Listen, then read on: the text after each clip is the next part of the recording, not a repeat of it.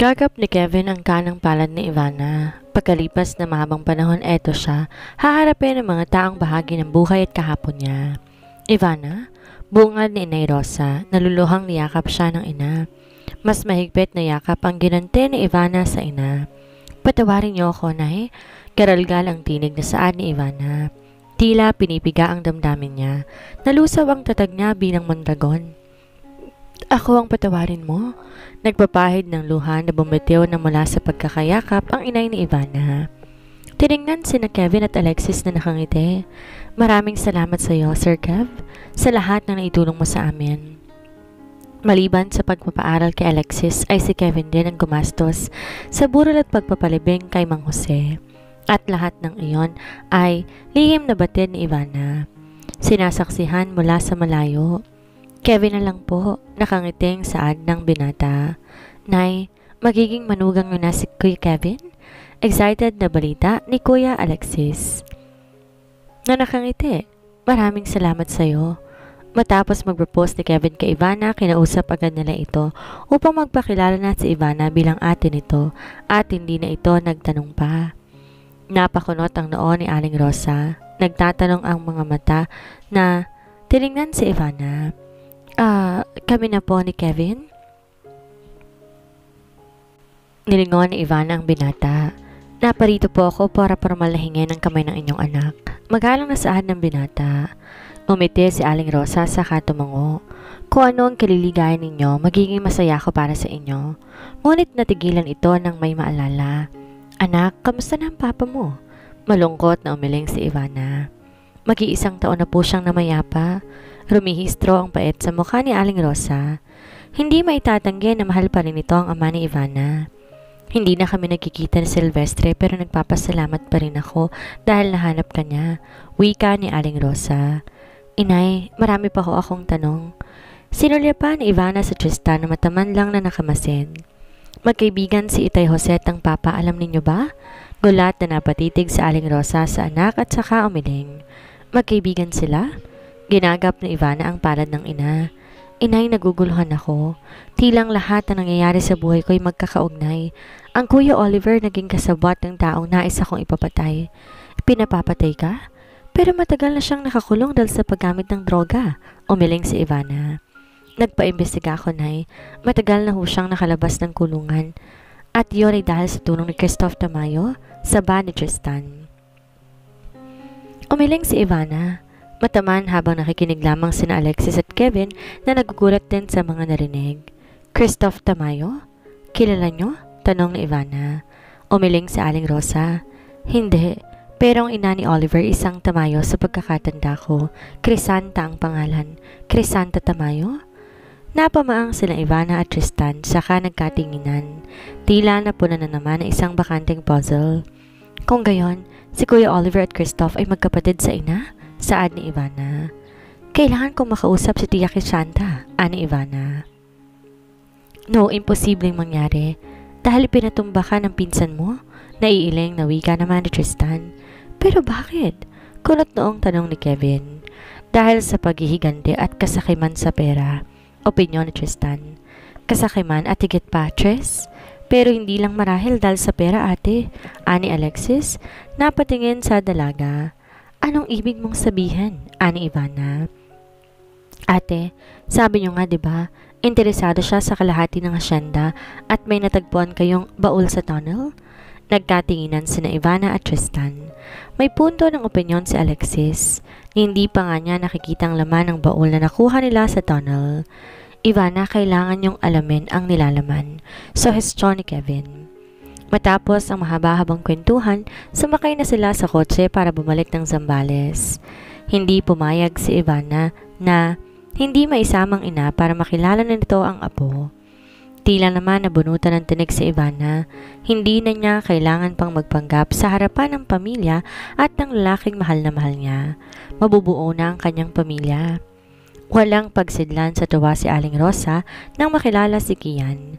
Malambing at bibo ang apo nito na hindi na humiwalay sa lola nito. Kasal na lamang ang kulang. Tudyo ni Tristan sa magka-holding hands na sina Ivana at Kevin na nakatanaw din sa maglola. Next month, Sagot ni Kevin at kinindatan ang heredera. Next month, ulit ni Ivana. Ayaw mo? Tanong ni Kevin. Ayoko ng next month, gusto ko next week na agad. Nakangiting biro ng heredera. Sumilay ang dimples ni Kevin nang ngumiti ito. Kinikilig ding ngumiti si Ivana. Napangiti si Tristan. Kayo na ang masaya. Pilyang sinulyapan ni Ivana ang pinsan sa kainginusong bunsong kapatid na masayang kalaro ni Gian. No way, Ivana. Maraming babae, hindi ang kapatid mo? Asik ni Tristan na maintindihan ang panunokso ng dalawa. Natawa naman sina Kevin at Ivana. Sa simula pa lang, ramdam na nila ang iringan ng dalawa. Pero sa halip na mag-alala sa hindi pagkakasundo ng mga ito, tila nakakakilig pa. Ivana, kailangan na natin buksan ang baul? Pag-iiba nito ng usapan. Natigilan naman ang dalawa at saka tumango at sumunod na sa binata na nagpitiunang naglakad patungo sa bodega ng mansyon. Ang bodega ay naglalaman ng iba't ibang lumang kagamitan ng mansyon, mga memorabilia ng Mondragon at ilang mahalagang gamit ng lolo at lola ni Ivana. Maituturing nga nila itong museum kaysa sa warehouse dahil sa mga nakaimbak na lumang kagamitan na dekada na iniingatan ng pamilya Mondragon. Ivana, ang susi, ani Tristan. Yung susi na nakita mo sa likod ng painting ni Lola Esmeralda. Nasa lace pa rin to ng vape ni Ivana. Mabilis na tinanggal ng heredera sa pagkakasabit tsaka iniabot sa pinsan. Kinakabahan man ay nakadama na excitement si Ivana na makita ang loob ng baul. Nanlaki ang mga mata ng heredera nang sumakto na ito. Ito ang susi ng baul. Nabuksan ni Tristan at tumambad sa kanila ang iba't ibang mamahalin na antigong alahas. Emerald, ruby at iba pang mamahaling hiyas ng kanyang Lola Esmeralda. Pero bakit ito ay tinago sa tunnel? Hinalungkat pa nila ang laman ng baul, isa-isang nilabas. Ivana, natigilan si Tristan. Sa pinakailalim may lumang ngunit makapal na kwaderno. Dali-dali itong binuksan ni Tristan, maingat pa rin dahil baka mapunit ito dahil sa kalumaan. Binasa nila ang unang pahina, isa pala itong diary, at may lagay ito ng kanilang lolo Silverio. Ivana, mahalaga ang mga nilalaman nito. Ito marahil ang dahilan kung bakit hinahangad ni Christoph na mapasa kanyang kalahati ng hasyenda. Sa Ade Tristan, isang bilin. Napakahalagang bilin. May pinamana si Lolo sa Tia Crisanta, Tris? Gulat na bulalas ni Ivana. At hindi na ibigay sa kanyang anak dahil nahadlangan ng lola ninyo at marahil binago niyang nilalaman ng testamento. Opinyon ni Kevin. Nilaktawan ni Tristan ang pagbubukas ng pahina ng diary. Binasa ang pinakahuling sulat ng kanilang abuelo. At sa huling sandali ng aking buhay, sinikap kong maisulat ito upang itala ang malulungkot na pangyayari ng aking buhay. Ang mabuhay sa hinagpis at pagdadalamhati na mawalay sa tunay kong minamahal na si Maria. Ang tuluyang hindi na makita ang aking mga anak at sa bawat sulok ng yungib na ito, kung saan mahabang panahon akong kinulong ni Esmeralda, mahihimlay ako na may pait sa labi. Ang kalupitan niya hindi nararapat na maranasan ng mga taga Villa Ivana, ngunit wala na akong lakas ng kapangyarihan upang pigilan siya sa kanyang kasamaan. Tila isang pangil ang bagsik ng kanyang kagupitan. Patawarin ako ng lahat. Napaawang ang labi ni Ivana. Tris, kinulong sa tunnel ang lolo? Ivana, kailangan kumilos sa tayo. Harapin mo si Christoph. Kailangan malaman niya ang katotohanan. Napakarami pang nakasaad sa bawat pahina, mga revelasyon na kinagugulat nila, ngunit sa haba niya ng nangangailangan ay mahaba pa ang oras upang mabasa ang lahat. Tama ka, Tris, dahil maling impormasyon ang alam niya. Kailanman hindi ninais ng Lolo Silverio na pabayaan ang kanyang anak. Biktima rin siya ng kalupitan. Nilingon ni Ivana si Kevin. Tumango ito bilang pagsang-ayon. Sasamahan kita, ani Kevin. Alam ni Ivana na hindi magiging madali, pero para sa ikatatahimik ng lahat gagawin niya. Sakay ng Land Cruiser, binagtas na ng Ivana ang kahabaan ng daan patungo sa Karatig Hacienda. Kasunod nila ang sasakyan ng mga tauhan ni Ivana. Mapanganib ngunit kailangan nilang harapin si Christoph, linawin at ilatag ang katotohanan para sa kapayapaan sa pagitan nila ng binatang naghahanap ng katarungan sa malinitong paraan. Maligayang pagbisita, Miss Ivana. Maluwag ang pagkakangiti na bungad ni Mafia ni Christoph. Ang suot nitong black suit at black leather pants kasi dumagdag sa angas ng pagkatao nito. Parang gwapong mafia ang binata na may hatid panganib sa bawat makakaharap. Paumanhin, Mr. Tamayo, gusto ko lang kitang makausap ng sarilinan. Seryoso at may diing saad ni Ivana. Sarkasikong umiti si Christoph at saka binalingan ang mga talunan na lumabas upang mapagsolo sila ni Ivana. Sumenyas lang sa pamamagitan ng tingin si Ivana sa mga kasama niya, kaya nanatili sa labas ng veranda sina Tristan at Kevin at ng iba pang mga tauhan nito. Iminuwestra ni Christoph ang isang upuan na yari sa mamahaling kahoy sa katapat nito. Napansin ng heredera ng lahat ng mamahaling muebles na naroon, tila galing pa sa Europa.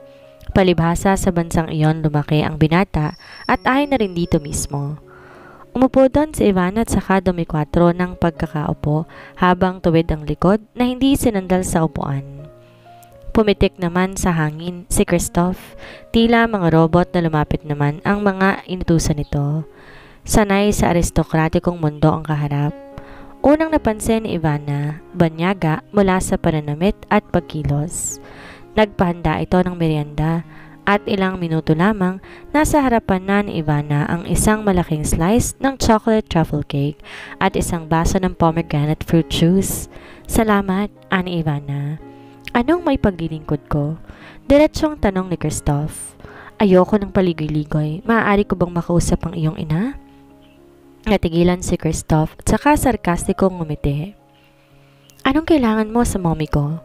Mr. Tamayo, alam ko, ikaw ang nasa likod ng pag-ambush sa akin kamakailan. Nagbibintang ka, Miss Ivana. Hindi ako naparito para akusahan ka nang walang sapat na basihan at ebidensya. Gusto ko ng katahimikan, ayoko ng gulo. Matamang tinitigan ni Ivana ang kaharap. Tulad mo, nagpaimbestiga rin ako. Kilala na rin kita. Umigting ang panga ni Christoph, ngunit nanatiling nakikinig. Alam ko na rin ang kaugnayan mo sa pamilya ko, ikaw at ang iyong ina. Tila nagulat naman ito, ngunit may angas ng ngumiti. Mabuti, hindi ko ipagkakait ang nararapat para sa iyo. Tulad ng huling habilin ng Lolo Silverio, dahil sa tinuran ni Ivana, tila naantig niya ang damdamin nito. Nagsindito ng sigarilyo at naghitit buga.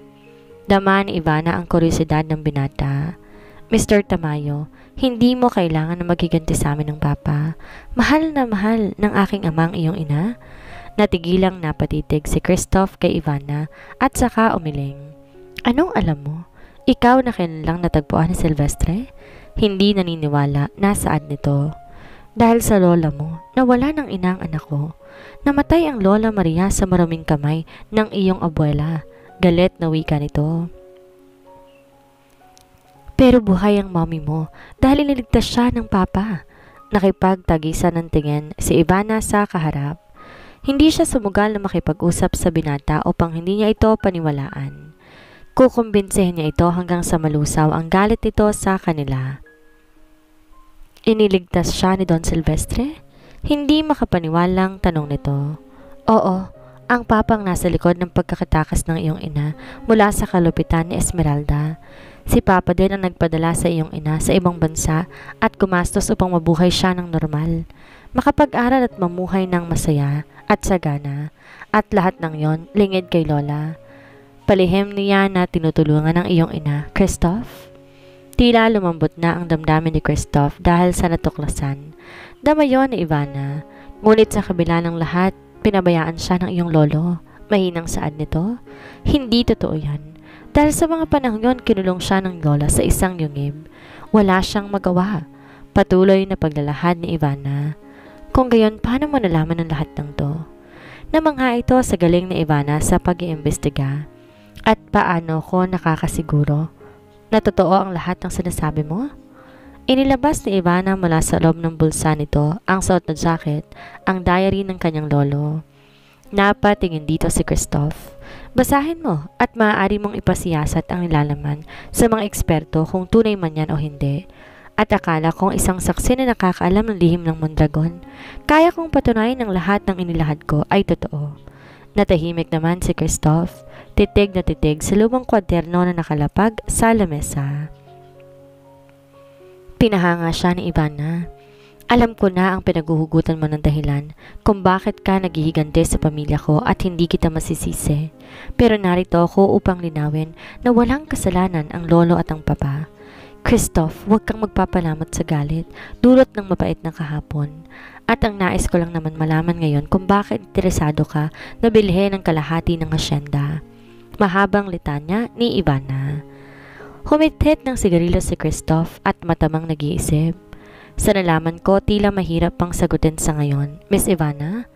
Ivana na lang, magpinsan tayo, Christoph. Kaya ko ibigay sa iyong hinihingi mo. Ngumiti si Ivana. Pakiramdam ng heredera ay may aspili siyang nabunot na nakabaon sa kanilang mga pagkatao. Tila nabunutan siya ng tinik sa lalamunan. Seryosong tiningnan siya ni Christoph at saka ito ngumiti. Ang ngiti ng kaharap ay tila bukang liwayway na may bahid ng bagong pag-asa. Bagong simula. Tama ang kanyang papa. Maging marahas na pag-iisip, kayang pahupain ng isang mahinahong pag-uusap. Maaring daanin sa diplomasya. Nakangiting tumayo si Ivana at saka inabot ang kanang palad upang makipagkamay sa kaharap. Tinanggap naman ito ni Christoph. Sa darating na linggo, darating ang mommy. Saan nito? Lumuwang ang pagkakangiti ni Ivana at saka tumango. Iniimbita ko kayo sa engagement party namin ni Kevin. Salamat, darating kami, sagot ni Christoph, kasama si Oliver. Natigilan si Ivana dahil sa narinig, ngunit papaapekto ba siya? Aasahan ko. Tumalikod na si Ivana at saka lumabas upang tunguhin na ang dalawa. Isang maaliwalas na mukha ang bumungad kina Kevin at kina Tristan. Pasimpleng kinindata ni Ivana ang pinsan, saka ang mabresyete sa braso ng kasintahan ang heredera. Dumating sila ng kabado sa teritoryo ni Christoph, ngunit aalis na ligtas dito kasabay ng simula ng pagkakaayos nila ng binata. Ibibigay mo ng ganun kadali? Ines na tumayo si Tristan at saka napailing. Nagkatinginan naman sina Kevin at Ivana. Tris, may karapatan siya. Anak din siya ni Lolo Silverio. Ivana, walang duda doon. Pero sa tunay na motibo, hindi ka makakasiguro na may mabuti nga siyang layunin sa asyenda. Kumunot ang noo ni Ivana. May punto si Tristan, babe, sabat ni Kevin. Pag-aralan mong mabuti ang sitwasyon. Ang gusto ko lang naman ay mapunta sa Tita Crisanta sa nararapat, sabat ni Kevin. Pag-aralan mong mabuti ang sitwasyon. Ang gusto ko lamang mapunta si Tita Crisanta sa dapat niya. Umiling si Tristan, saka sarkastikong napangiti. Ni hindi mo pa nga nakakausap ang ina ni Christoph, magkaharap pa lang kayo, natigilan si Ivana. Pinag-iisipan niya rin naman ang desisyon niya na gusto niyang malaman kung bakit interesado ang anak nito sa kalahati ng hasyenda. Natigilan si Ivana, pinag-isipan niya rin ang desisyon niya. Hindi mo mailalagay sa bitag ang isang matalinong kagaya ni Christoph, opinyon ni Tristan. Tumango si Kevin. Babe, tama si Tristan. Kapag ibinigay mo ng ganon kadali sa Tamayo ang karapatan nila, posible na malagay sa alanganin ang mga tauhan mo. Tauhan? Ang mga magsasaka. Magkakaroon siya ng karapatan sa pamamahala sa hasyenda. Sa isang tusong tulad ni Christoph, hindi pinaniniwalaan, saad ni Tristan. Tutuloy ito sa plano ni Ivana. Itatama nito ang inaakala nitong dapat ay ginawa ng kanilang lolo na siyang kinatatakot namin. Tinig na nagpalingon sa kanya. Sina Mang Temyong at Mang Cardo, nasa gawing likuran nito ang ilang mga tauhan ni Ivana. Anong ibig ninyong sabihin? Senyorita, sa dahas at paghihigante na buhay ang anak ni Crisanta, posible ang lahat ay bahagi ng maitim niyang plano. Ani Mang Cardo at napatingin din dito si Ivana. Posible na planado ng lahat, Ivana? Naguguluhan ako. Tristan? Ani Ivana? Mang Temyong, baling ni Ivana sa kapatas. Mabuti ang hangarin ni Don Sebi sa mga magsasaka. Batid mo ang maayos na pamamalakad sa hasyenda, senyorita, ani Mang Temyong. Kapag nakumpunta sa kamay ni Tamayo ang kalahati ng pagmamayari nito, makokontrol niya ang pamamahala sa hasyenda. Umiling si Ivana. Ako pa rin ang heredera ng Mondragon. Ako ang masusunod. Nagkatinginan ang mga ito. Hindi kayo naniniwala? Tanong ni Ivana. Senyorita, mas dumami ang mga armadong tauhan ni Tamayo sa Karatig Hacienda. Dumoble o baka nga higit pa. Natigilan si Ivana. Para saan naman ang batalyon nitong mga tauhan? Gusto na mapailing ni Ivana. Kakaiba din mag-isip ang mga Mondragon. Talaga ba? Para sa lupain, tila sabik ito sa gera. Tatapatan ko. Binalingan ni Ivana ang mga tauhan.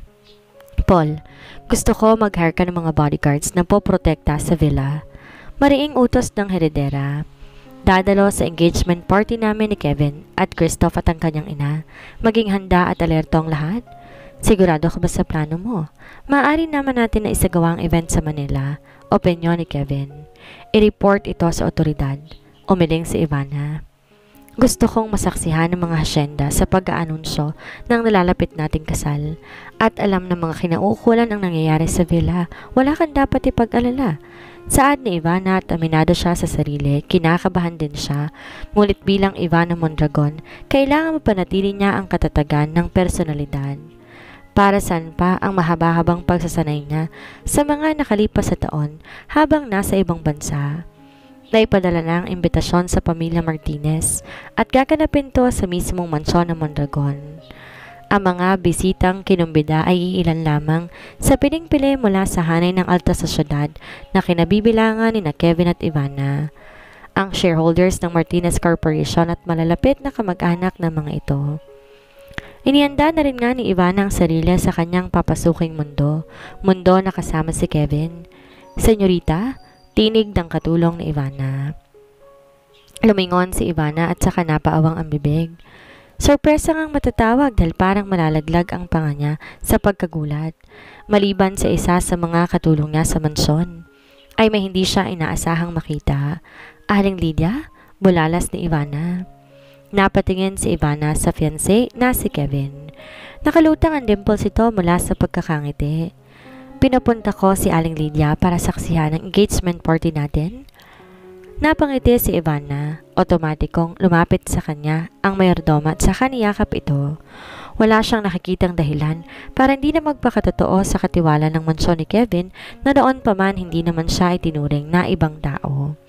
Ang isa sa mga naging saksi sa nabuong pagmamahalan nila ng daddy ni Kian noong nagsisilbi pa lamang siya sa binata bilang katulong. Miss Ivana, nakangiti ang mayordoma na nagpapahid ng luha. Ivana na lang ho, nakangiting saad ng heredera. Kayo talaga ang itinadhana ni Sir Kev. Natutuwa ako para sa inyo. Ginagap ni Kevin ang palad ng heredera. At may anak na ho kami. Pagkukwento nito sa mayordoma, na itinuring na rin itong ina. Si Aling Lydia naman ang napamaang, tsaka napangitin ng maluwag. Matutuwa ang buong pamilya mo, Sir Kev, kapag alam na ba nila? Tanong ni Aling Lydia. Umiling si Kevin. Napagdesisyonan nila ni Ivana na sa araw ng engagement party na nila ipapakilala si Kian sa mga magulang nito bilang sorpresa. Hindi pa dyan nagtatapos, honey, saad ni Kevin. Nilingon niya ang nagkukubli sa likod ng ilang katulong na nakatayo. Kumunot ang noo ni Ivana, ngunit mabilis ding nanlaki ang mga mata. Lara? Nakalimutan na ni Ivana na isa siyang Mondragon pagkakita niya sa kaibigan. Napatili ang heredera at saka nagkayakapan ng dalawa. Taray, mayaman ka na pala at ikakasal ka na. Ani Lara na nalulula sa marangyang paligid at halos malaglag ang panga sa pagtitig sa kaibigan. Kev, sinurpresa mo ko ng bongga. Nakangiting sinulya pa ni Ivana ang mga anak. Disney princess ka, Ivana.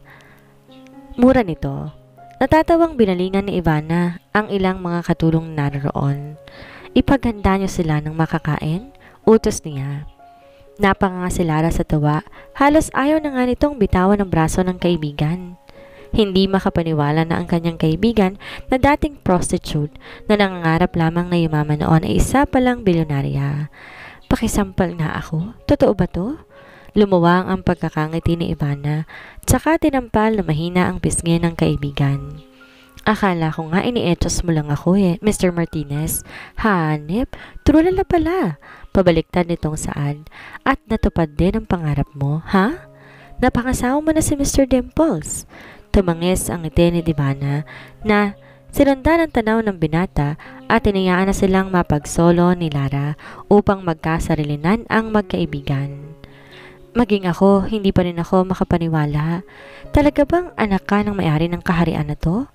Ang lakas ng tawa ni Ivana. Kaharian? Hindi ba? Umikot ang tingin ni Lara sa paligid. Napapaligiran sila ng mamahaling muebles, mga katulong ng mansyon na naka-uniforme. Nagkalat din ng mga bodyguard ni Ivana sa paligid. Tunay na nakakalula para sa isang tulad ni Lara na nagmula lamang sa isang squatter.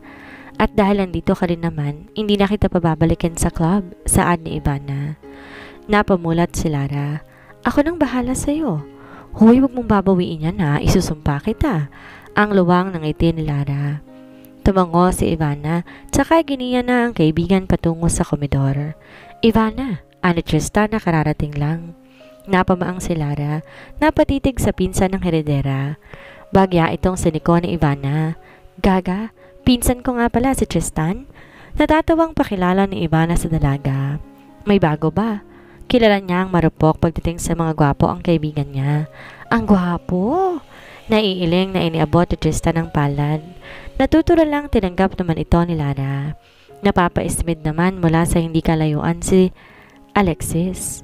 Mula nang dumating si Alexis sa mansyon at makilala to ni Kian, hindi na humiwalay sa kanya ang pamangkin na gustong gusto niya din naman. Kilala mo na siya, hindi ba? Ani Ivana. Si Lara, katrabaho ko at nakasama mo na ilang taon sa club. Saan ni Tristan? Kilala niya ako? Napamaang nawiga ni Lara. Nagkibit balikat lang si Tristan na may iniabot na envelope sa heredera. Listahan ng mga bisitang darating sa gaganaping engagement party. Tinangoan lang to ni Ivana. Iniwan na sila nito matapos tapunan ng seryosong tingin si Lara. Ang pogi ng pinsan mo, mind ko na, biro ni Lara. Kung papasa ka, natatawang ganting biro ni Ivana. Pag nasubo ko yon, magmamakaawa siyang pakasalan ako. Piling humalakak si Lara na ikinangiti ni Ivana. Masayang masaya ang heredera dahil makakasama niya ang mahalagang tao na bahagi ng buhay niya sa araw ng pag-aanunsyo ng kasal nila ni Kevin.